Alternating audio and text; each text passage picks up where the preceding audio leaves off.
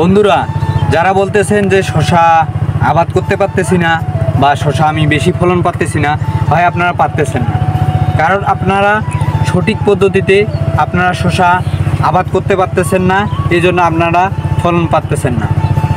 তো দেখেন একটি বেড থেকে আমরা প্রায় 5টি করে বস্তা শশা হারভেস্ট করতেছি। তো দেখেন কীরকম ফলন হয়েছে। তো দেখেন শশার জাত, তো এই শশার জাত আমি আপনাদেরকে জানাবো যে এই শশার জাতটি কী নাম।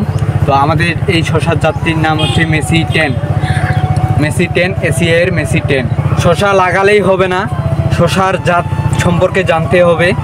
শশার শুধু সার, বিষ, কীটনাশক স্প্রে করলেই হবে না, শশার ভালো মান, ভালো জাত জানতে হবে, যে শশা ভালো ফলন দিতে পারবে।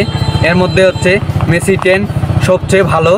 দেখেন একটি গাছে কীরকম শশা ফলন আসছে, কীরকম শশা আমরা হারভেস্ট করতেছি। তো দেখেন আমরা এই দুটি বেড থেকে শশা কী পরিমাণে হারভেস্ট করলাম। তো দেখেন শশা কীভাবে লাইন লেগে আছে। তো আপনারাও যদি এরকম শশা চাষাবাদ করতে চান বা শশা এরকম হারভেস্ট করতে চান, তো আপনারা আমি মনে করব মেসি 10 গাড়তে পারেন। তো বন্ধুরা ভিডিওটি যদি ভালো লেগে থাকে তো অবশ্যই আপনারা আমার চ্যানেলটিকে সাবস্ক্রাইব করবেন এবং পাশাপাশি ভিডিওটিতে লাইক করবেন আর শেয়ার করে দিবেন যেন অন্যরা দেখতে পারে। আর আপনাদের যদি কিছু মতামত থাকে তাহলে আমার কমেন্ট বক্সে বলে যাবেন।